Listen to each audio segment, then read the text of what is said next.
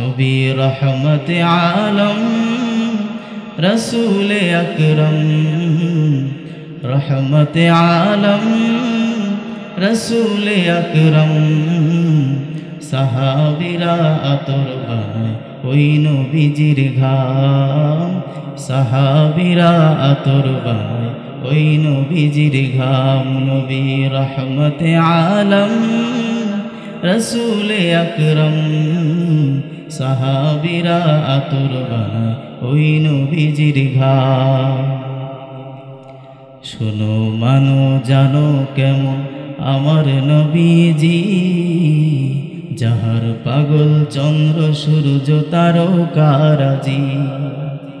শোনো মানো জানো কেমন আমার নবীজি, যাহার পাগল চন্দ্র সূর্য তারকারাজি।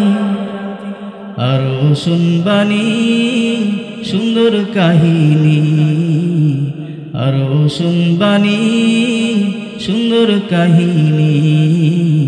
জান্নাতের ওই রুমে রুমে লেখা নবীর নাম, জান্নাতের ওই রুমে রুমে লেখা নবীর নাম। আলহামদুলিল্লাহিল্লাযী হাদানা লিল ইসলাম, الذي نزل القرآن هدى للناس وبينات من الهدى والفرقان،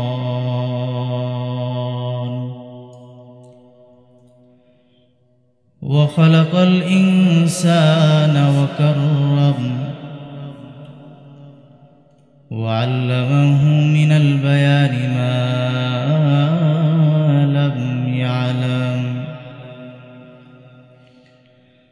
فسبحان الذي لا يحصى امتنانه باللسان ولا بالقلم، ونشهد أن لا إله إلا الله وحده لا شريك له، لا ضد له ولا ند له ولا مثل له ولا مثيل له، ونشهد أن سيدنا وسندنا وحبيبنا وطبيب قلوبنا ومحبوبنا ومرشدنا ومولانا محمدا عبده ورسوله، أرسله الله تعالى ورسوله بالحق بشيرا ونذيرا وداعيا إلى الله بإذنه وسراجا وقمرا منيرا. أما بعد فأعوذ بالله من الشيطان الرجيم. بسم الله الرحمن الرحيم. وما أرسلناك إلا رحمة للعالمين.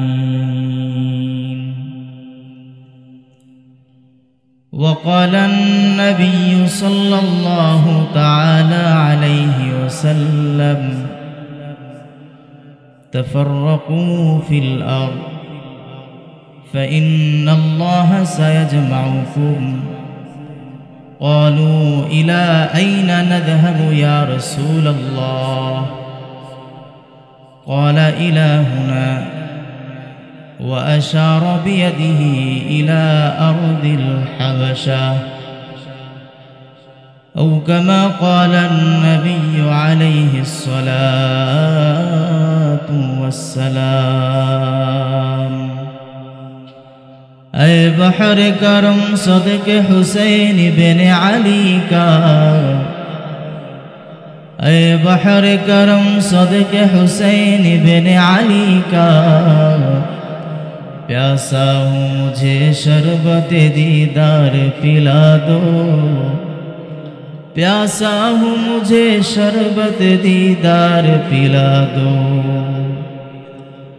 मैं दूर हो मजबूर हो ऐ सैयद आलम, मैं दूर हो मजबूर हो ऐ सैयद आलम, दीदार दिखाते नहीं आवाज सुना दो, दीदार दिखाते नहीं आवाज सुना दो। सकली जबान खुले पड़ी आमीन। আলহামদুলিল্লাহ। ভাট্টাইথোবা উত্তরপাড়া আলমগীর শেখের উদ্যোগে আয়োজিত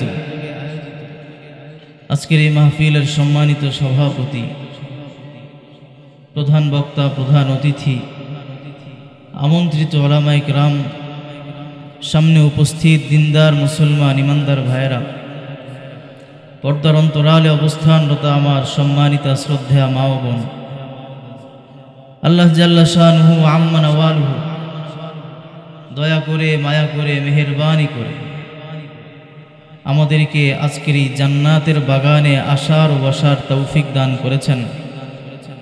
সে মহান মালিকের দরবারে উচ্চ আওয়াজে অন্তরের অন্তঃস্থল থেকে একবার কালিমাতুশ শুকর আদায় করে পড়ি আলহামদুলিল্লাহ।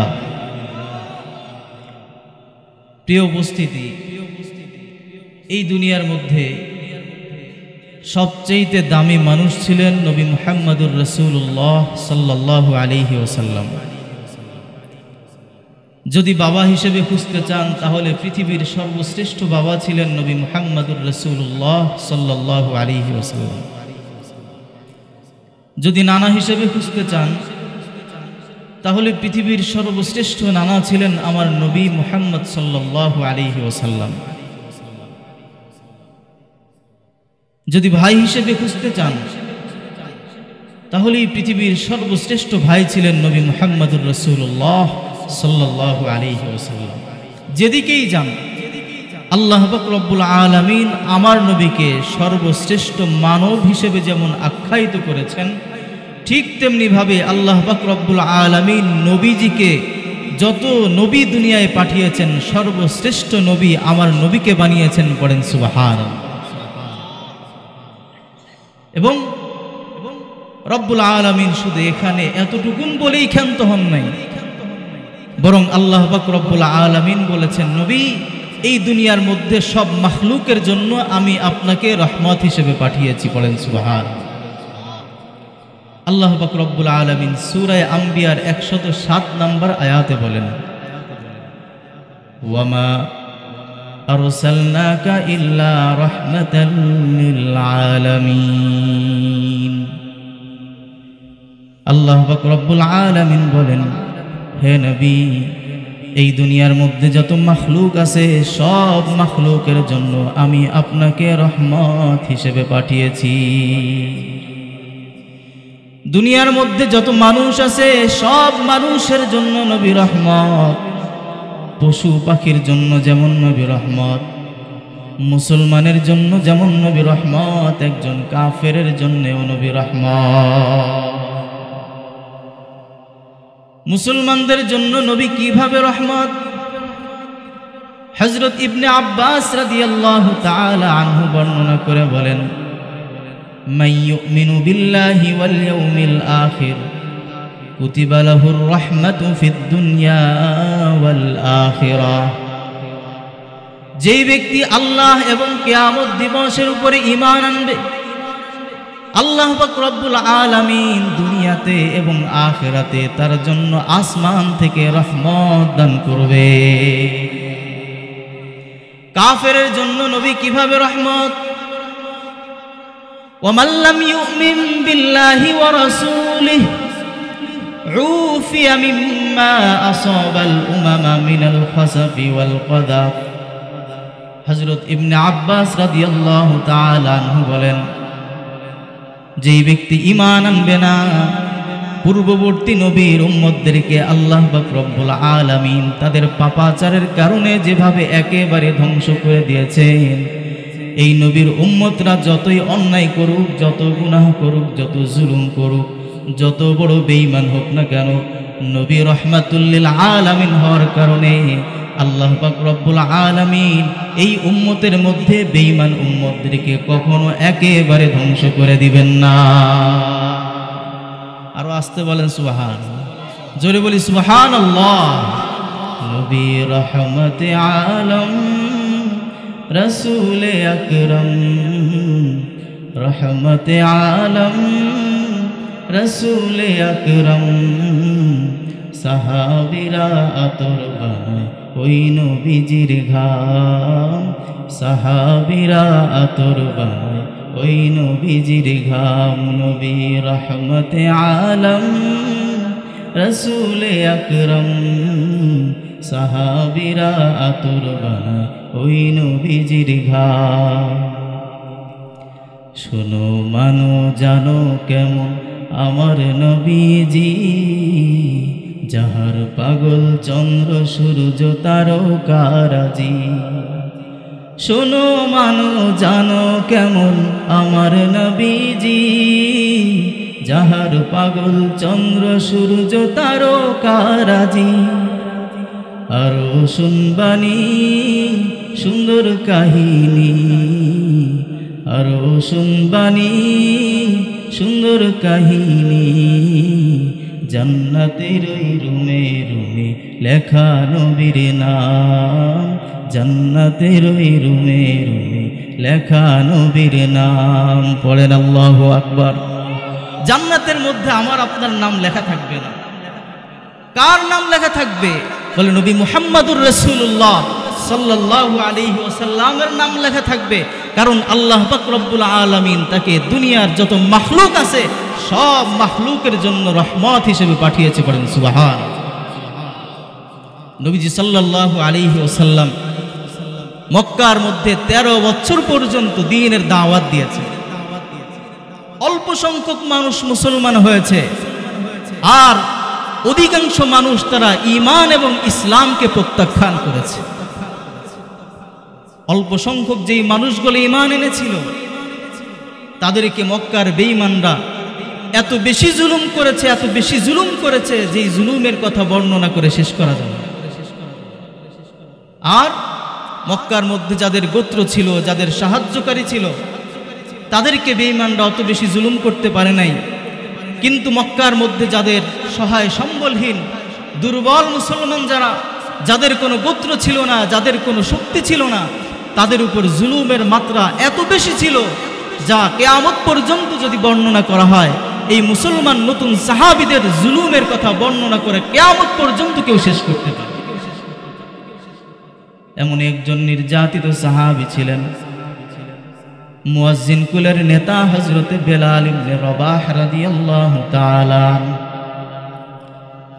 হযরতে বেলাল ইবনে রবাহ রাদিয়াল্লাহু তাআলা হাবশার বংশোদ্ভূত একজন কৃতদাস, যিনি উমাইয়া ইবনে খলফের গোলাম ছিলেন। শুধুমাত্র মুসলমান হওয়ার অপরাধে হযরত বেলাল রাদিয়াল্লাহু তাআলা আনহুকে শাস্তি দেওয়ার জন্য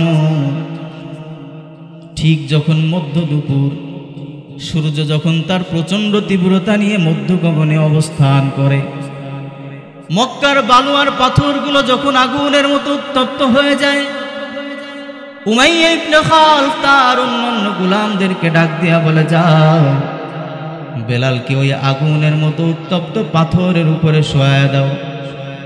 হযরত বেলালকে আগুনের মতো উত্তপ্ত পাথরের উপরে শোয়ায় দেওয়া হয়। বেলালের বুকের উপরে বড় বড় পাথর দিয়ে চাপা দেওয়া হয়, যাতে বেলাল একটু নড়াচড়া করতে না পারে। ওই সময়, ওই কঠিন মুহূর্তে উমাইয়া ইবনে খালফ হযরত বেলালকে ডাক দিয়া বলে, রে বেলাল, তোর কিন্তু এই অবস্থায় মরতে হবে রে বেলাল। যদি তুই বাঁচতে চাস তাহলে মুহাম্মাদের ধর্ম ছেড়ে দে, লাত উজ্জা মানাতের ধর্ম গ্রহণ কর। নাউজুবিল্লাহ। হযরত বেলাল রাদিয়াল্লাহু তাআলা এই কঠিন মুহূর্তে তার জবান দিয়ে আর কোনো শব্দ বের হয় না, চোখ দিয়ে পানি বের হয়, আর তার জবান দিয়ে পড়ে আহাদ আহাদ, আল্লাহ এক, আল্লাহ এক। ও উমাইয়া, তুই আমারে যতই জুলুম করিস, যতই নির্যাতন করিস, আমি বেলাল যে ঈমান গ্রহণ করেছি, আমার এই ঈমান থেকে তুই এক চুল পরিমাণ সরাতে পারবি না। বরং যে আল্লাহকে রব হিসেবে মেনে নিয়েছি, আমি কিয়ামত পর্যন্ত স্বীকার করেই যাব, জীবন থাকতে স্বীকার করতেই থাকবো। আহাদ, তিনি হলেন আল্লাহ, তিনি এক, তিনি হলেন আমার রব। আমাদের রবকে। এখানে একটা জিনিস বোঝার আছে, হযরত বেলালকে উমাইয়া নির্যাতন করতেছে কেন? আল্লাহকে রব হিসেবে মানার কারণে। কথা বুঝতেছেন? যখন হযরত বেলালকে শাস্তি দেওয়া হয়, সেই সময় ওই রবকেই বেলাল ডাকতেছে, আহাদ আহাদ আহাদ। কেন ডাকেন?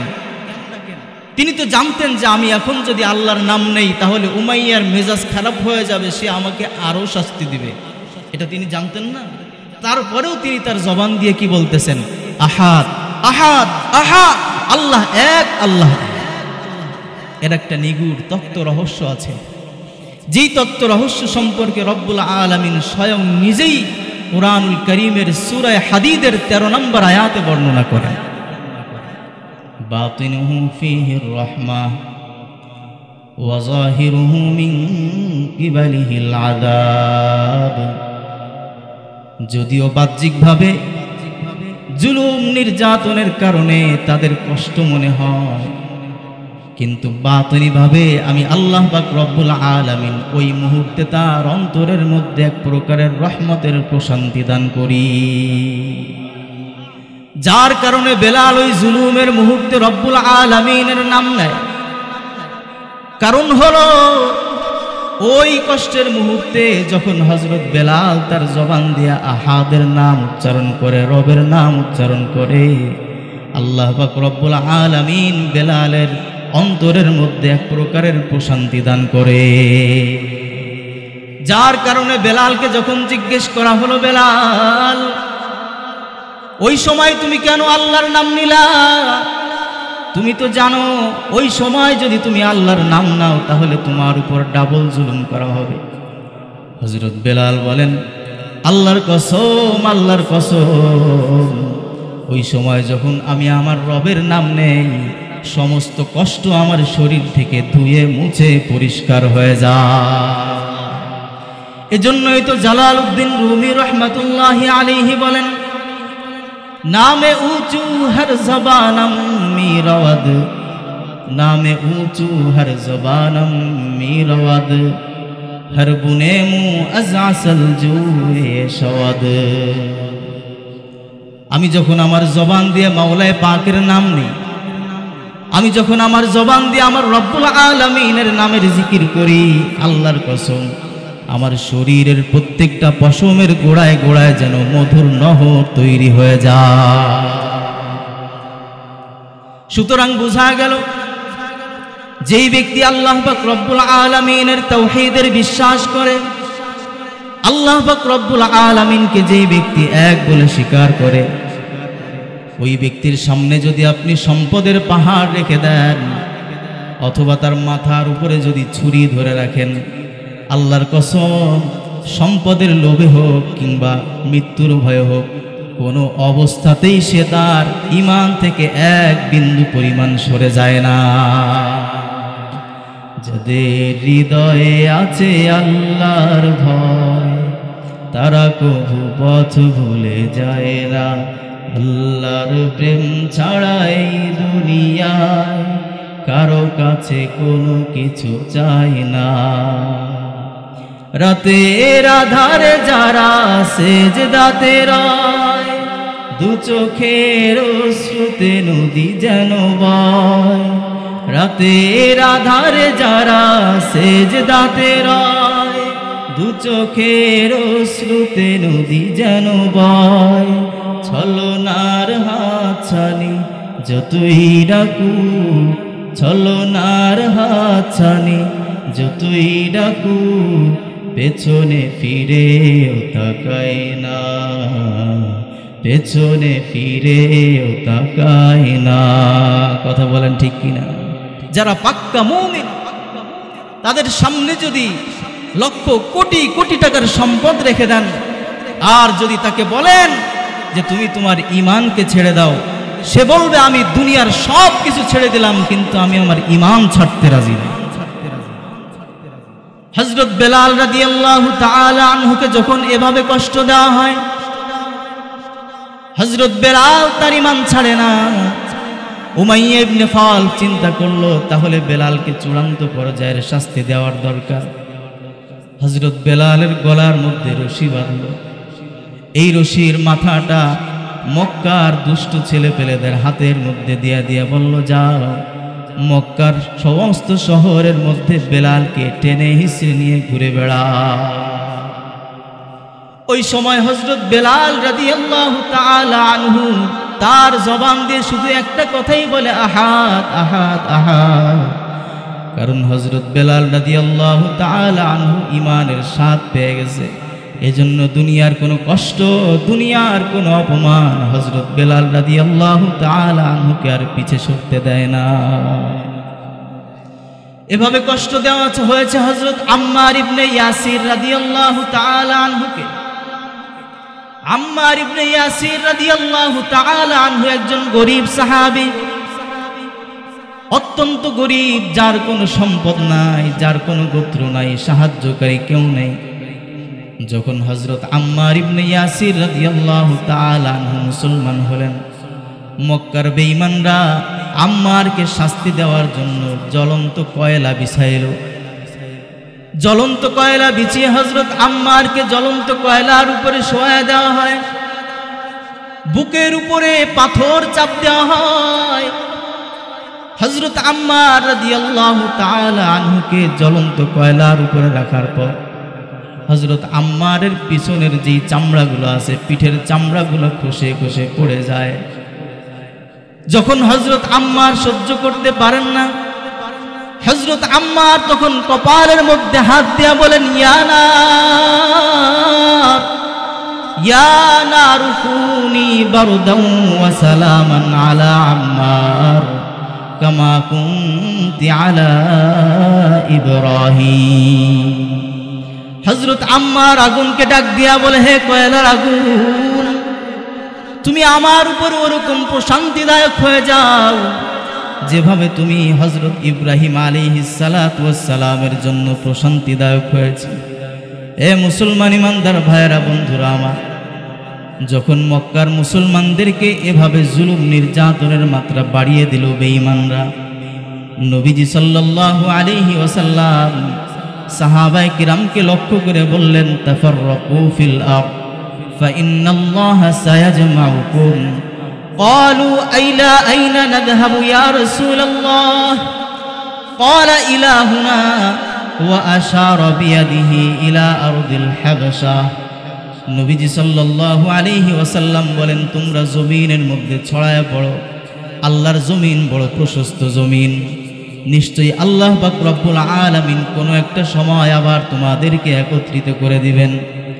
সাহাবায়ে কেরাম প্রশ্ন করলেন, ইলা আইনা নাযহাবু ইয়া রাসূলুল্লাহ, আমরা কোন দিকে যাব, কোন দিকে হিজরত করব?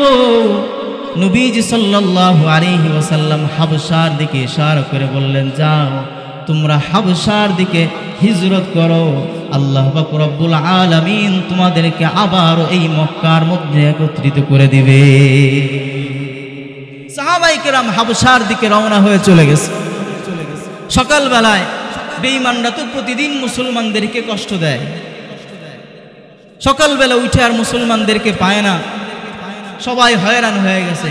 কিছু মানুষ দেখবেন যে নামাজি ব্যক্তি, ধার্মিক ব্যক্তি যারা, তাদেরকে একটু চেতাইতে, উল্টাপাল্টা কথা বলতে ভালো লাগে, এমন লোক সমাজে আছে না নাই? মুসলমানদেরকে নিয়মিত নির্যাতন করে। পরের দিন সকালবেলায় যখন মুসলমানদেরকে পায় না, তখন তারা দিশেহারা হয়ে যায় যে এখন আমরা কাদেরকে নির্যাতন করি। যখন তারা শুনল যে মুসলমানেরা তারা হাবশায় হিজরত করেছে, তখন বেঈমানদের পক্ষ থেকে দুইজন ব্যক্তিকে হাবশার বাদশা নাজাশির কাছে পাঠাইল। গিয়ে বলতেছে, ও বাদশা নামদার, মক্কার থেকে কিছু ধর্মত্যাগী লোক তারা আপনার রাজ্যে আশ্রয় গ্রহণ করেছে। যে মক্কার থেকে দুইজন লোক তারা হাবশার বাদশা নাজাশির কাছে গেল যে, বাদশা নামদার, আপনি তাদেরকে একটু আমাদের সঙ্গে পাঠায়া দেন। তারা ধর্মত্যাগী, তারা নিজেদের ধর্ম ত্যাগ করেছে। খবরদার আপনি তাদের সাথে কোনো কথা বললেন না, কথা বলা ছাড়াই তাদেরকে বের করে দেন। বাদশা বলল, না না, কথা বলতেই হবে। তারা কি বলতে চায়, কেন আসছে, এটা আমার জানতেই হবে, তারপরে যে ফয়সালা হয় সেটা করবে। বাদশা পরের দিন সকালবেলায় মুসলমানদের কাফেলাকে ডাক দিলেন। আবার এদিক দিয়ে মক্কার বেঈমানরাও সেই মজলিসের মধ্যে উপস্থিত। তো বাদশা নামদার ডাক দিয়ে বললেন যে মুসলমানদের মধ্যে কে কথা বলবে? হযরত জাফর ইবনে আবি তালিব রাদিয়াল্লাহু তাআলা আনহু দাঁড়ায় বললেন যে বাদশা নামদার, আমি কিছু কথা বলতে চাই। বলেন সুবহানাল্লাহ। হযরত জাফর ইবনে আবি তালিব রাদিয়াল্লাহু তাআলা আনহু বলেন, ও বাদশা নামদার, আমরা আগে কিছুই বুঝতাম না, কিছুই জানতাম না। আমরা ছিলাম বেঈমান, আমাদের কোনো ঈমান ছিল না। আমরা পূর্বের ধর্মে ছিলাম, মূর্তি পূজা করতাম, এতিমের সম্পদ ভক্ষণ করতাম, আত্মীয়দের সঙ্গে সম্পর্ক ছিন্ন করতাম। যাদের সম্পদ আছে, ক্ষমতা আছে, দুর্বলদের উপর আমরা জুলুম নির্যাতন করতাম। ইতিমধ্যেই আমাদের কাছে এমন একজন মহান ব্যক্তি এসেছেন, যার নাম হলো মুহাম্মাদুর রাসূলুল্লাহ সাল্লাল্লাহু আলাইহি ওয়াসাল্লাম। এই মুহাম্মাদুর রাসূলুল্লাহ সাল্লাল্লাহু আলাইহি ওয়াসাল্লামের দাওয়াত গ্রহণ করে যখনই আমরা মুসলমান হয়ে গেছি, মুসলমান হওয়ার পর এখন আমরা আর মূর্তি পূজা করি না, আমরা এক আল্লাহর ইবাদত করি। আমরা আগে আত্মীয়র সঙ্গে সম্পর্ক ছিন্ন করতাম, ঈমান আনার পরে এখন আমরা আত্মীয়দের সঙ্গে সম্পর্ক গড়ি। আমরা আগে জুলুম করতাম, দুর্বলদের উপরে জুলুম করতাম, অত্যাচার করতাম, কিন্তু এই ঈমান আনার পর আমরা এখন আর মানুষের উপরে কোনো জুলুম করি না। ও বাদশা নামদার বলেন, আমরা আগেই ভালো ছিলাম নাকি এখন আমরা ভালো? এবার এই বাদশা ডাক দিয়ে বলল, আচ্ছা বলো তো দেখি, তোমাদের উপরে কোনো কিতাব নাজিল হয়েছে নাকি? বলে, জি বাদশা নামদার, আমাদের উপরে একটা কিতাব নাজিল হয়েছে, যেই কিতাবের নাম হলো কুরআন। এদিক দিয়ে বাদশা ছিলেন খ্রিস্টান ধর্মের লোক, হযরত ঈসা আলাইহিস সালাতু ওয়াস সালামের ধর্মের অনুসারী। নবী ঈসা আলাইহিস সালামের মায়ের নাম হলো মারিয়াম। পবিত্র কুরআনুল কারীমের মধ্যে একটা সূরা আছে, যে সূরা হলো সূরা মারিয়াম। আর এই সূরার মধ্যে আল্লাহ পাক রব্বুল আলামিন খ্রিস্টান ধর্মে যেই সময় এই ধর্মটা সঠিক ছিল, সেই সময়ের বিভিন্ন গুণাগুণ, হযরত মারিয়ামের সম্মান এবং ইজ্জত, হযরত ঈসা আলাইহিস সালাতু ওয়াস সালামের পবিত্রতা সম্পর্কে বিশদ আলোচনা করেছে। বাদশা নাজাশি ডাক দিয়া বলল, আমাকে একটু কোরআন থেকে কিছু শোনাও। হযরত জাফর ইবনে আবি তালিব রাদিয়াল্লাহু তাআলা আনহু তখন সূরা মারিয়াম তেলাওয়াত করে শোনালেন। কাফ হা ইয়া আইন সাদ যিকরু রাহমাতি রাব্বিকা আবদাহু যাকারিয়া ইয নাদা রাব্বাহু নিদাআন খাফিয়া। পড়েন আল্লাহু আকবার। বাদশা নাজাশি যখন সূরা মারিয়ামের তেলাওয়াত শুনতেছিল, বাদশা নাজাশির চোখের কোণা দিয়ে চোখের পানিগুলা টপ টপ টপ টপ করে পড়ে পড়ে তার দাড়িটা ভিজে যায়। বাদশা নাজাশি কান্না করতে করতে ডাক দিয়া বলতেছে, এ মুসলমানের দল, তোমরা যেই কিতাব পড়ে আমাকে শুনিয়েছো, আল্লাহর কসম এই কিতাব সত্য। পড়েন সুবহানাল্লাহ। কে সাক্ষ্য দেয় যে মুসলমান না? ওই বাদশা সাক্ষ্য দিয়ে বলতেছে, তোমরা যেই কিতাব আমাকে পড়ে শুনিয়েছো, এই কিতাব হলো সত্য। এই কিতাবের মধ্যে কোনো মিথ্যা নাই, এই কিতাবের মধ্যে কোনো ভুল নাই। তোমরা আমাকে যতটুক শুনিয়েছো, মারিয়াম ঠিক তেমনই ছিলেন। তোমরা যেমনটা শুনিয়েছো, নবী ঈসা আলাইহিস সালাম ঠিক তেমনই ছিলেন। সুতরাং আমি তোমাদেরকে বাদশাহ হিসেবে ঘোষণা করতেছি, তোমরা আমার এই রাজ্যের মধ্যে ততদিন পর্যন্ত থাকবা যতদিন পর্যন্ত আমি বাদশাহ জীবিত আছি, এতদিন পর্যন্ত আমার রাজ্যে থাকতে চাইলে তোমাদের গায়ের মধ্যে একটা ফুলের টুকা দেবে এমন সাহস কারো না। নবী রাহমাতুল লিল আলামিন, ওমা আরসালনাকা ইল্লা রাহমাতাল লিল আলামিন, যেখানে যাই সেখানেই রহমত। পাথর দিলের মানুষ যদি নবী মুহাম্মদুর রাসূলুল্লাহর কাছে যায়, সে ঈমানের দৌলত নিয়ে ফিরে আসে, বলেন সুবহান। যত বড় কঠিন দিলের মানুষ হোক, এটাই হলো নববী আখলাক। আর আমি আপনি যদি মানুষকে যদি দূর দূর করে তাড়ায় দেই, আরে তুমি ভালো না, তুমি বেনামাজি, তুমি আমার থেকে দূর হয়ে যাও, তুমি সুদখোর, তুমি আমার থেকে দূর হয়ে যাও, তুমি বিড়ি খাও, তুমি আমার থেকে দূর হয়ে যাও, আরে সবাইকে যদি তুমি দূর করে দাও, সব বেনামাজিকে যদি তোমার কাছ থেকে দূর করে দাও, সব বিড়িখোরদেরকে যদি তোমার কাছ থেকে দূর করে দাও, তাহলে তুমি হেদায়েত করবা কাদেরকে? কি বলেন? হেদায়েত কাদেরকে করবেন যদি সবাইকে আপনার কাছ থেকে তাড়ায় দেন? বরং গুনাহগারদেরকে কাছে টানো, তাদেরকে ভালোবাসো, তাদেরকে ক্ষমার ঘোষণা শোনায় দাও। রব্বুল আলামিন বলেন তাদেরকে ক্ষমা করে দিবেন একজন, তিনি কে?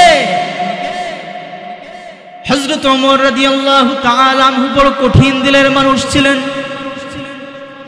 হযরত ওমর রাদিয়াল্লাহু তাআলা আনহু মুসলমানদেরকে কখনোই ভালো চোখে দেখেন নাই। যখন মুসলমানদের সংখ্যা বেড়ে গেল, আবু জাহেল একটা ঘোষণা দিল যে মুহাম্মাদের মাথা যে আনতে পারবে তাকে কমপক্ষে 100 উট পুরস্কার ঘোষণা করা হলো। হযরত ওমর বলেন, আমি আবু জাহেলের কাছে গেলাম, গিয়ে বললাম, ও আবু জাহেল, তুমি যেই পুরস্কার ঘোষণা করেছো, তোমার এই পুরস্কার কি সঠিক কিনা? তুমি সঠিক কি 100 উট পুরস্কার দিবা কিনা? বলে, জি হ্যাঁ দিব। হযরত ওমর রাদিয়াল্লাহু তাআলা আনহু তরবারি নিয়ে বের হয়ে গেলেন, যাই মুহাম্মাদের মাথা নিয়ে আসি আর 100 উট পুরস্কার পেয়ে যা।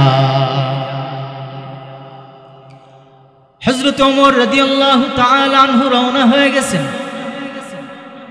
কিছু দূর যাওয়ার পর দেখেন একটা বাছুর জবাই করা হবে।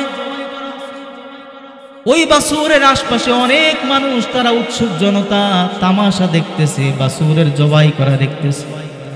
হযরত ওমর বলেন, আমিও যাই, আমিও একটু তামাশা দেখে আসি।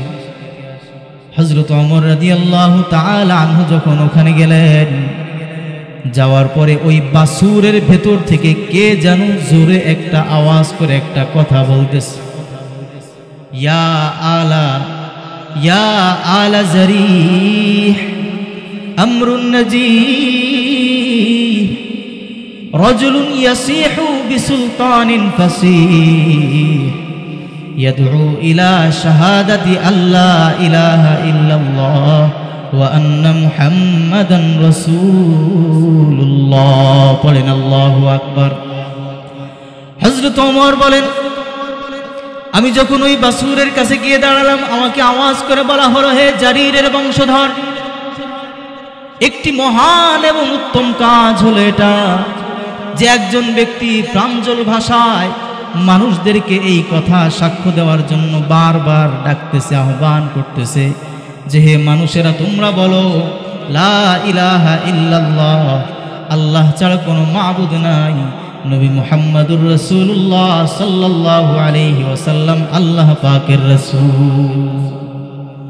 হযরত ওমর বলেন, এই ঘোষণা যখন আমি শুনলাম, আমি মনে করলাম এটা আমাকেই বলা হচ্ছে, এই কথা আমি ছাড়া আর কাউকে বলা হচ্ছে না, যেন মনে হয় এই ঘোষণা আমাকেই দেওয়া হচ্ছে। হযরত ওমর বলেন, তখন আমার দিলের মধ্যে কোনো রেখাপাত হয় নাই, অথচ ইতিপূর্বে রাসূলুল্লাহ সাল্লাল্লাহু আলাইহি ওয়াসাল্লাম আল্লাহ পাক রব্বুল আলামিনের কাছে দুইজনের ব্যাপারে দোয়া করেছেন যে আল্লাহ, ওমর অথবা আবু জাহেল, এই দুইজনের যে কোনো একজনকে আপনি মুসলমান বানায় ইসলামের শক্তি এবং মর্যাদা বাড়ায় দেন। নবীজির এই দোয়ার পরিপ্রেক্ষিতে নবীজিকে জানায় দেওয়া হলো, আবু জাহেলের কপালের মধ্যে হেদায়েত নাই। এবার নবীজি সাল্লাল্লাহু আলাইহি ওয়াসাল্লাম আবু জাহেলের সম্পর্কে কোনো দোয়া না করে ওমরের সম্পর্কে দোয়া করে বলেন, আল্লাহুম্মা আইয়িদিল ইসলামা বিউমর ইবনিল খাত্তাব খাসসা। ও ওগো আল্লাহ, উমর ইবনুল খাত্তাবকে মুসলমান বানিয়ে আপনি ইসলামের সৌন্দর্য এবং মর্যাদা বাড়িয়ে দেন। হযরত ওমর এই ঘটনার পরে আবার সামনের দিকে তরবারি নিয়ে চলতে লাগলেন। কিছু দূর যাওয়ার পর নাঈম ইবনে আব্দুল্লাহর সঙ্গে দেখা হয়ে গেল। নাঈম ইবনে আব্দুল্লাহকে ডাক দিয়া বলতেছেন, ও নাঈম, তোমারে তো দেখে মনে হচ্ছে তুমি আমাদের ধর্ম ছেড়ে নতুন ধর্ম গ্রহণ করেছো।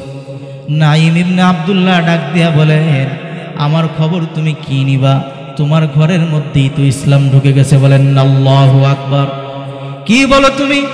আমার ঘরের মধ্যে কিভাবে ইসলাম ঢুকলো? বলে, হ্যাঁ, তোমার বোন ফাতেমা এবং তোমার ভগ্নিপতি সাঈদ ইবনে যায়েদ, এরা দুইজন মুসলমান হয়ে গেছে। দৌড়ে চলে গেছে। কি বলে, আমি ওমরের ঘরের মধ্যে ইসলাম ঢুকে গেল কিভাবে? হযরত ওমর বোনের ঘরের দরজার সামনে ঠক ঠক করে আওয়াজ করে ডাক দিয়া বলে, কই দরজা খুলো। বোন দরজা খুলে না, ভয়ে দরজা খুলতেছে না। হযরত ওমর যখন জোর দিল, দরজা খুলে গেল। ওই ঘরের মধ্যে শিক্ষক হিসেবে ছিলেন নবীজির আরেকজন সাহাবী হযরত খাব্বাব রাদিয়াল্লাহু তাআলা। হযরত খাব্বাব ওমরের বোন এবং ভগ্নিপতিকে কোরআন শেখাচ্ছিলেন। ওমরের আশার শব্দ শুনে হযরত খাব্বাব রাদিয়াল্লাহু তাআলা আনহু লুকায়ে গেলেন। হযরত ওমর বোনকে ডাক দিয়া বলেন, ও বোন, কি পড়তেছো? বলে, আমি কুরআনুল কারীমের তেলাওয়াত করতেছি। হযরত ওমর বলেন, তোর কত বড় সাহস, তুই কোরআন পড়তেছিস, আবার তুই আমাকে সৎ সাহস নিয়ে বলতেছিস যে আমি কোরআন পড়তেছি। এই বলে আঘাত করা শুরু। বোনের মুখটা রক্তাক্ত হয়ে গেল। ভগ্নিপতি যখন বোনকে বাঁচাতে আসলো, ভগ্নিপতিকেও বেধড়ক মারধর শুরু করে দিছে। কিছুক্ষণ পর বোন দৃঢ় কণ্ঠে ডাক দিয়া বলতেছে, ও ভাই, তুমি আমারে যতই মারো আমি আমার ঈমান ছাড়তে পারবো না। কি বলিস তুই? কি এমন কিতাব, কি এমন ধর্ম, যেই ধর্ম গ্রহণ করার পর তুই আমার ভাইকে ভুলে গেলি, আমি ভাইয়ের মোহাব্বত তুই ছিন্ন করে দিলি। দেখি কি পড়তেছিস তুই, আমাকে একটু দেখানো যাবে? হযরত ফাতেমা তখন ডাক দিয়া বলতেছে, ইন্নাকা রিজসুন ওয়া আন্নাহা লা ইয়ামাসসুহু ইল্লাল মুতাহহারুন ফাকুম ফাতাওয়াজ্জা। ও আমার প্রিয় ভাই ওমর, তুমি হলা কাফের, তুমি মুশরিক, তুমি একজন নাপাক। আর এই কোরআন কোন নাপাক ব্যক্তি স্পর্শ করতে পারে না। সুতরাং তুমি ওযু করো, গোসল করো, তারপরে তোমার হাতের মধ্যে আমি এই কিতাবখানা দিব। হযরত ওমরের হাতে যখন গোসল করার পরে ওই কুরআনুল কারীমের টুকরাটা হাতের উপর দেওয়া হলো, ওই টুকরার মধ্যে সূরা তাহা লেখা ছিল। হযরত ওমর এই সূরা তাহা পড়তেছেন, তাহা মা আনজালনা আলাইকাল কুরআনা লিতাশকা ইল্লা তাযকিরাতাল লিমান ইয়াখশা তানজিলাম মিম্মান খালাকাল আরদা ওয়াস সামাওয়াতিল উলা। আল্লাহু আকবার। হযরত ওমর পড়তে পড়তে যখন এই আয়াত পর্যন্ত পৌঁছায় গেল, ইন্নানি আনাল্লাহ, আমি হলাম আল্লাহ, লা ইলাহা ইল্লা আনা ফাবুদনি, আমি একমাত্র আল্লাহ, আমি ছাড়া কোনো ইলাহ নাই, সুতরাং অন্য কারো ইবাদত না করে তুমি আমারই ইবাদত করো। এই আয়াত পর্যন্ত পৌঁছানোর সাথে সাথে হযরত ওমরের মধ্যে দিলের মধ্যে একটা কম্পন তৈরি হয়ে গেছে। হযরত ওমর তখন বলতেছেন, হায়, এই কথা তো সাধারণ কোনো মানুষের কোনো কথা না। মা আহসানাল কালাম, এর চেয়ে সুন্দর কথা তো আর হতে পারে না। চলো চলো, আমাকে মুহাম্মদের কাছে নিয়ে যাও। বলেন সুবহানাল্লাহ। হযরত ওমর রাদিয়াল্লাহু তাআলা আনহুকে খাব্বাব রাদিয়াল্লাহু তাআলা আনহু সহ নবীজি সাল্লাল্লাহু আলাইহি ওয়াসাল্লামের দরবারে নিয়ে যায়। নবীজি সাল্লাল্লাহু আলাইহি ওয়াসাল্লামের দরবারে যাচ্ছেন। দূর থেকে নবীজির সাহাবায়ে কেরাম দেখতেছিলেন যে হযরত ওমর নবীজির দরবারের দিকে আসতেছেন। সাহাবায়ে কেরামের মধ্যে দুইটা ভাগ হয়ে গেল। কোন সাহাবী বলতে লাগলো যে ওমর আল্লাহর রাসূলের কোনো ক্ষতি করার জন্য আসতেছে, আর কোন সাহাবী বললেন যে ওমরকে আসতে দাও, হয়তোবা সে হেদায়েত গ্রহণ করার জন্য আসতেছেন। দুই দলের মধ্যে দ্বন্দ্ব শুরু হয়ে গেল। এখন হযরত ওমরকে রাসূল পর্যন্ত পৌঁছাতে দেওয়া হবে কি হবে না, এই নিয়ে আলোচনা শুরু হয়ে গেল। ওই মুহূর্তে নবীজি সাল্লাল্লাহু আলাইহি ওয়াসাল্লামের চাচা হযরত হামজা রাদিয়াল্লাহু তাআলা আনহু ওই জায়গায় উপস্থিত ছিলেন। হযরত হামজা রাদিয়াল্লাহু তাআলা আনহু সমস্ত সাহাবায়ে কিরামকে থামিয়ে দিয়ে বলতেছেন, এ সাহাবীরা শোনো, ওমরকে আসতে দাও। যদি ওমর ইসলাম গ্রহণ করার জন্য আসে তাহলে আমরা ওমরকে স্বাগত জানাবো, আর যদি ওমর রাসূলুল্লাহ সাল্লাল্লাহু আলাইহি ওয়াসাল্লামের কোনো ক্ষতি করার জন্য আসে তাহলে ওমরকে হত্যা করা আমাদের জন্য কোনো কঠিন ব্যাপার নয়। নবীজি সাল্লাল্লাহু আলাইহি ওয়াসাল্লাম তখন ডাক দিয়া বললেন যে ঠিক আছে, ওমরকে আসতে দাও। হযরত ওমরকে যখন নবীজির কাছে নিয়ে যাওয়া হলো, হযরত ওমরের মাথা নিচু হয়ে গেছে। হযরত ওমরের চোখ দিয়া দরদর করে পানি বের হয়ে গেছে। হযরত ওমর রাদিয়াল্লাহু তাআলা আনহু নবীজির হাতে হাত রেখে বলতেছেন, ইয়া রাসূলুল্লাহ, বড্ড দেরি হয়ে গেছে গো রাসূল। ইয়া রাসূলুল্লাহ, এই মুহূর্তে আপনি আপনার হাতের মধ্যে হাত রেখে আমাকে কালিমা পড়ে মুসলমান বানান। লা ইলাহা ইল্লাল্লাহু মুহাম্মাদুর রাসূলুল্লাহ সাল্লাল্লাহু আলাইহি ওয়াসাল্লাম। হযরত ওমর রাদিয়াল্লাহু তাআলা আনহুর ব্যাপারে নবীজি সাল্লাল্লাহু আলাইহি ওয়াসাল্লাম ইতিপূর্বে দোয়া করেছিলেন কি, আল্লাহুম্মা আইয়িদিল ইসলাম বিউমর ইবনুল খাত্তাব খাসসা। ওগো আল্লাহ, তুমি ওমর ইবনুল খাত্তাবের মাধ্যমে ইসলামের মর্যাদা বাড়ায় দাও, ইসলামের শক্তি বাড়ায় দাও। হযরত ওমর যখন মুসলমান হয়ে গেলেন অটোমেটিক ইসলামের শক্তি বেড়ে গেল। বলেন সুবহানাল্লাহ। হযরত ওমর সঙ্গে সঙ্গে ডাক দিয়া বলতেছেন, ইয়া রাসূলুল্লাহ, আমি মুসলমান হয়ে গেছি। ইয়া রাসূলুল্লাহ, আমরা কি হকের উপর আছি নাকি আমরা নাহকের পথে আছি? নবীজি সাল্লাল্লাহু আলাইহি ওয়াসাল্লাম বলেন, অবশ্যই আমরা হকের উপরে আছি।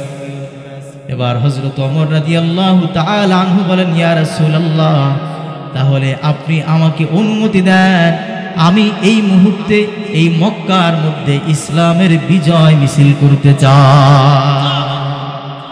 হযরত ওমর রাদিয়াল্লাহু তাআলা আনহুকে অনুমতি দেওয়া হলো। দুইটা সারি করলেন, দুইটা লাইন করলেন। এক লাইনে 12 জন, আরেক লাইনে 12 জন। হযরত ওমর রাদিয়াল্লাহু তাআলা আনহু এই 24 জনের সামনে দাঁড়ায় গেছেন। মক্কার সমস্ত নেতাদের ঘোষণা করে বলতেছেন, এ মক্কার লোকেরা, কই উতবা, কই সায়বা, কই আবু জাহেল, যদি তোমার বুকের মধ্যে কোনো শক্তি থাকে, বুকের পাটা থাকে, তাহলে ওমরের সামনে এসে দাঁড়াও।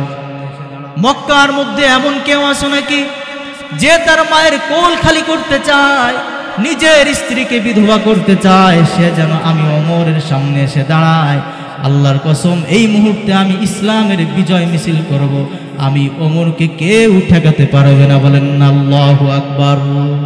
দাও খোদা দাও আমায় আবার উমর দারাজ দিল, দাও খোদা দাও আমায় আবার উমর দারাজ দিল, দাও আলীর মতো বীর সেনানি, আলীর মতো বীর সেনানি ধরাতে নিখিল, দাও খোদা দাও আমায় আবার উমর দারাজ দিল। হামজাকে দাও ঘরে ঘরে, জীবন দিতে অকাতরে, হামজাকে দাও ঘরে ঘরে, জীবন দিতে অকাতরে, আমার কাবা ভাঙতে এলে, আমার কাবা ভাঙতে এলে, পাঠাওয়া বাবিল, দাও খোদা দাও আমায় আবার, ওমর দারাজ দিল। বলে না আমি ওমরের মতো দিল চান নাকি আবু জাহেলের দিল চান? কে কে চান ওমরের মতো দিল? শেষ পর্যন্ত থাকবেন তো সবাই? নারায়ে তাকবীর, নারায়ে তাকবীর। আল্লাহ পাক আমাদের সকলের দিলকে হযরত ওমরের মতো করে দেয়, বলেন আমিন। কি বলতেছিলাম? ওয়ামা আরসালনাকা ইল্লা রাহমাতাল লিল আলামিন। নবীজি সাল্লাল্লাহু আলাইহি ওয়াসাল্লাম দুনিয়ার সমস্ত মাখলুকের জন্য রহমত। হযরত ওমরের দিল কতটা কঠিন ছিল, যেই মুহূর্তে হযরত ওমর রাদিয়াল্লাহু তাআলা আনহু নবীজির মাথা আনার জন্য বের হয়েছেন, ওমরের সামনে এত এত বাধা ছিল, কিন্তু ওমর কোনো বাধা মানে নাই, নবীজির মাথা আনতেই হবে। মাথা আনতে গেছেন নবীজির কোরআনের পরশে, আল্লাহর কোরআনের পরশে, যেই কোরআন নবীজির উপর নাজিল করা হয়েছে, এই কোরআনের পরশে হযরত ওমরের দিল নরম হয়ে গেছে। আর নবীজির কাছে যাওয়ার পর হযরত ওমরের হেদায়েত নসিব হয়ে গেছে, বলেন আল্লাহ। এজন্য অনেকেই চিন্তা করেন মাহফিলে আসবো কি আসবো না, বক্তা কেমন, হুজুর কেমন। আমাদের নিজেদের এলাকারই তো বক্তা, যায় লাভ কি? আবার দেখা যায় যে এই বক্তা তো ভাইরাল কোনো বক্তা না, যায় লাভ কি? কিন্তু এমনও হতে পারে যে এখানে আসার পরে আগে নামাজ পড়তেন না, এখন আপনি নামাজের হেদায়েত নিয়ে বাড়িতে যেতে পারেন, এমন পরিস্থিতি হওয়ার সম্ভাবনা আছে না নাই? আগে মিথ্যা কথা বলার অভ্যাস ছিল, কিন্তু এই মাহফিলে আসার পরে এখন আর মিথ্যা বলতে মনে চায় না, এমন পরিস্থিতি হতে পারে কি পারে না বলেন? আগে আল্লাহকে মোহাব্বত করতে মনে চাইতো না, রাসূলের মোহাব্বত দিলের মধ্যে ছিল না, জজবা ছিল না, কিন্তু মাহফিলে আসার পরে আল্লাহ পাক রব্বুল আলামিন তাকে পরিপূর্ণ কামেল বানায়া এরপরে আল্লাহ পাক তাকে বাড়িতে পৌঁছায় দেবেন, এমন ঘটনা হওয়া সম্ভব কি সম্ভব না? এজন্য আমরা সবাই চাইতো ইনশাআল্লাহ যে আল্লাহ পাক রব্বুল আলামিন যেন আমাদের সব সময় দ্বীনের পরশে রাখেন, দ্বীনের সঙ্গে লাগায় রাখেন। প্রিয় ভাইরা, জান্নাত চান অথচ দ্বীনকে মোহাব্বত করেন না, কশিন কালেও জান্নাতে যেতে পারবেন না। জান্নাত চান, ওলামায়ে কিরামকে গালি দেন, দলের দাসত্ব করে ওলামায়ে কিরামকে গালি দেন, আল্লাহর কসম জান্নাতে যেতে পারবেন না। হয়তো ওলামায়ে কিরামের অনেক ভুল আছে, ওলামায়ে কিরাম অনেক বড় গুনাহগার, আপনাদের চেয়ে বড় গুনাহগার, কিন্তু নবীজি সাল্লাল্লাহু আলাইহি ওয়াসাল্লাম ওলামায়ে কিরামের হাতকে মজবুত করার জন্য উম্মতকে আদেশ করেছেন যে উম্মতেরা ওলামায়ে কিরামকে তোমরা শক্ত করে ধরো, যাতে করে তোমরা গুমরাহ না হয়ে যাও। একটা ফিকাহের মাসআলা আছে, এখন তো আর খলিফার যুগ নাই, খলিফা নাই, এখন তো সব গণতান্ত্রিক রাজা বাদশা হয়ে গেছে। যখন খলিফার যুগ ছিল, ইসলামী খেলাফত ছিল, এই সময় যিনি খলিফা হবেন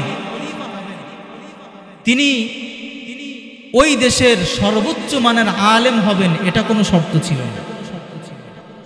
ওই যুগে খলিফার চেয়ে আরো বড় বড় আলেম ছিল, বড় বড় আল্লাহওয়ালা ছিল।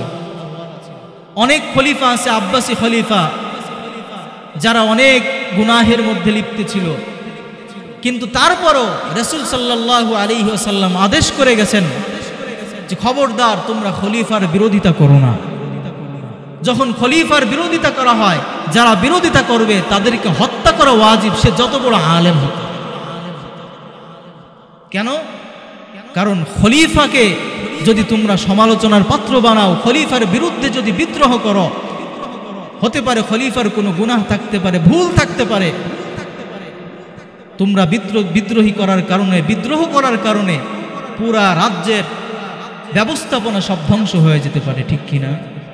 এজন্য রাসূল সাল্লাল্লাহু আলাইহি ওয়াসাল্লাম শৃঙ্খলা ঠিক রাখার জন্য খলিফাদের বিরোধিতা করতে নিষেধ করেছেন।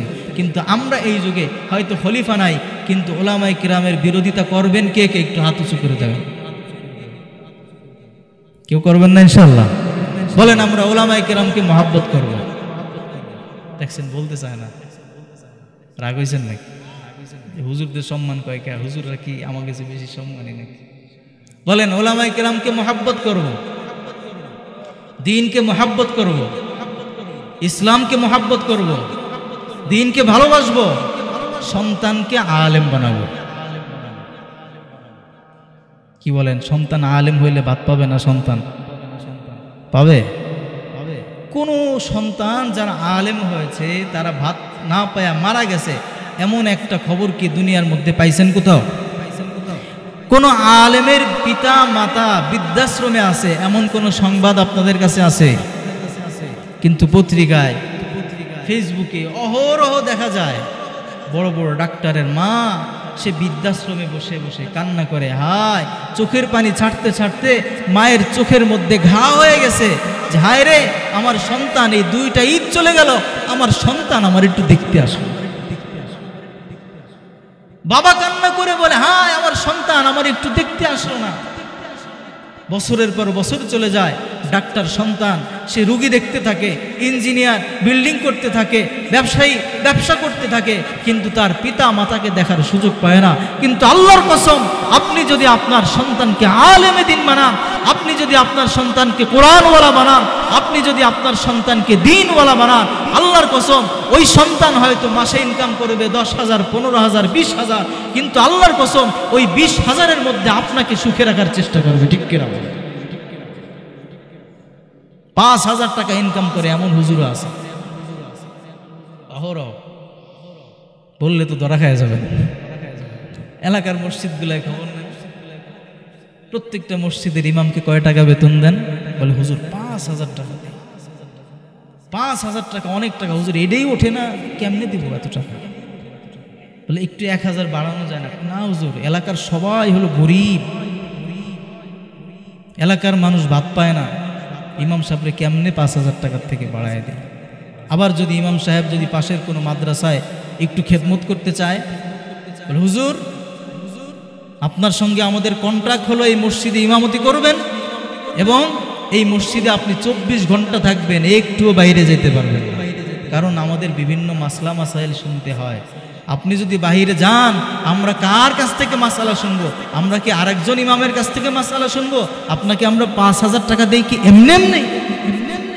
কি বলেন? আছে না, সরাসরি না বললেও মনে মনে বলে যে হুজুর আপনি কিন্তু আমাদের 5,000 টাকার কেনা হুজুর, আপনি কিছু বলতে পারবেন না। এজন্য দেখা যায় আমরা হুজুররা এমন হয়ে গেছি যে মসজিদের মেম্বারে বসে সুদের কথা বলতে পারি না, কারণ সুদের কথা বললে একজনের গায়ে লাগে, ঘুষের কথা বললে একজনের গায়ে লাগে, হ্যাঁ সব কথা বলতে একজনের গায়ে লাগে। মাসআলা শুনতে আসে কিন্তু মনে মনে একটা সিদ্ধান্ত নিয়ে আসে যে আমি এই কাজ করব, হুজুর মাসআলা যা বলে বল। কি বলেন? আছে না? হুজুর বাপ মারা গেছে, এখন কি করতে পারি, কি করলে বাবার জন্য সওয়াব হয় বলেন তো হুজুর? তখন হুজুর তাকে সুন্দর করে বুঝায় বলছে, দেখেন মানুষ যদি মারা যায় তাহলে তার মাত্র কবরে সওয়াব পৌঁছানোর জন্য 3টা দরজা খোলা থাকে। কয়টা দরজা? 3টা। 1 নাম্বার ওয়ালাদুন সালেহ, নেককার সন্তান যদি দুনিয়ায় রাখে যায় তাহলে কবরে এই নেককার সন্তানের মাধ্যমে নেকি পৌঁছে। 2 নাম্বার ইলমুন ইউনতাফাউ বিহি, যে এলেমের কারণে কবরের মধ্যে সওয়াব পৌঁছায়, এলেমের উপকার করা। 3 নম্বরে হলো সদকায়ে জারিয়া। এই 3 পদ্ধতি ছাড়া কোরআন হাদিসের মধ্যে কোথাও পাওয়া যায় না। যদি আপনাকে বলা হয় যে ভাই এই 3 পদ্ধতির যে কোনো এক পদ্ধতি করেন, তখন সে বলে হুজুর ঠিক আছে আপনি যা বলছেন হাদিসের কথা বলছেন, কিন্তু আমার আব্বা তো গ্রামের মাতুব্বর ছিলেন, আমি যদি একটু অনুষ্ঠান না করি, মানুষকে যদি না খাওয়াই, তাহলে আমার বাপের ইজ্জত থাকে না। যখন আপনি দাওয়াত দিবেন, তো যখন আপনি দাওয়াত দিবেন, দাওয়াত দেওয়ার সময় এই যে বাবা মরার খাবারের যেই হকদার, এই হকদার হলো সম্পূর্ণ গরিব মিসকিনরা। কি বলেন? কিন্তু আপনি যখন 1000 মানুষকে খাওয়ান, এর মধ্যে গরিবের সংখ্যা কম, বড় লোকের সংখ্যা বেশি থাকে। কথা বলেন? গরিবের সংখ্যা কম থাকে, বড় লোকের সংখ্যা বেশি থাকে। কেন? কারণ আমার অমুক আত্মীয়, তাকে দাওয়াত না দিলে কেমন হয়ে যায়, গ্রামের অমুক মাতুব্বরকে দাওয়াত না দিলে কেমন হয়ে যায়। এভাবেই দেখা যায় যে আমরা তাদেরকে বড় সম্মানের সাথে খাওয়াই, বড় ইজ্জতের সাথে খাওয়াই, কিন্তু গরিব মিসকিন অসহায় যারা, তাদেরকে আমরা কোনো দামই দেই না। আর এই সমস্ত মানুষগুলো আপনার বাড়ি থেকে খেয়ে দে, আপনার লক্ষ টাকা খরচ করলেন, আর বাড়িতে যাওয়ার সময় বলে, হায় রে আমারে গোশত দিছে 1 খান, আমার পাশে যে ছিল তারে দিছে 5 খান, সুতরাং এই খাওয়া আমি মানি। সারা বছর পর্যন্ত ওরা চেতাইতে থাকে। আবার যদি বলেন, হুজুর ছেলেরে মুসলমানি দিছি, একটু গোসল করাবো, সন্তানরে মুসলমানি দিছি, একটু গোসল করাবো, আপনার দাওয়াত। অনেকেই আসে আমার কাছে, সন্তানরে মুসলমানি দিছি, গোসল করাবো, একটু দাওয়াত। তখন আমি বললাম যে মুসলমানি দিয়া অনুষ্ঠান করা জায়েজ নাই। বলে, হুজুর আমিও জানি জায়েজ নাই, কোনো অনুষ্ঠান করব না, কোনো গান বাজনা কিছুই করব না, খালি একটু আপনি যাবেন, খাওয়া দাওয়া করে চলে আসবেন। মুসলমানের অনুষ্ঠানে আপনি যাবেন, গেটের সামনে দেখবেন যে এসছে বড় একটা টেবিল নিয়ে বসা, খাতা কলম নিয়ে বসা, মুসলমানের খাবার খাইয়ে কে কয় টাকা দিয়ে গেছে ওইটা ওই জায়গায় লিখে রাখে। এটা কি কোনো দাওয়াত হইল না জুলুম হইল? সরকারি চাকরি করে আমার কাছে বলতেছে, ভাই কি বলবো, কি হয়েছে ভাই? বল ভাই এখন মানুষের দাওয়াত থেকে পলায় বেড়াই আমি। কেন? বলে, মানুষ আমারে মনে করে যে আমি অনেক টাকাওয়ালা, সরকারি চাকরি টাকরি করি, মাসে অনেক টাকা বেতন পাই, এই গ্রামের যত দাওয়াত আছে সব দাওয়াত আগে আমার, যাতে আমি যাইয়া কমপক্ষে 500-1000 দিয়ে আসতে পারি, তার উপকার হয়। আল্লাহর কসম এই দাওয়াত দেওয়া জায়েজ নেই, এই দাওয়াতের আয়োজন করা জায়েজ নাই। আপনার উত্তম দাওয়াত হলো যে আপনি খাবার তৈরি করে যাকে খাওয়াবেন তার বাড়িতে দিয়ে আসা, এটাই হলো সুন্নাত, এটাই হলো দাওয়াতের সুন্নাত। হয়তো কথা বললাম, অনেকে কষ্ট পেয়ে গেছেন, বলে হুজুর এতক্ষণ ভালো কথাই বলছিলেন, শেষে এসে একটু মন খারাপ করে কথা বললেন, আল্লাহর হস্তে মাফ চাই। এই কথাগুলো যদি না বলি, কিয়ামতের ময়দানে আপনারাই বলবেন যে আল্লাহর গলা পাড়ায় ধরেন। মাহফিলের মধ্যে আমাদেরকে এই বিষয়ে কিচ্ছুই বলে নাই। আল্লাহ পাক আমাদের সকলকে দ্বীন এবং ইসলামের সহি বুঝ দান করে, সকলেই বলে আমিন।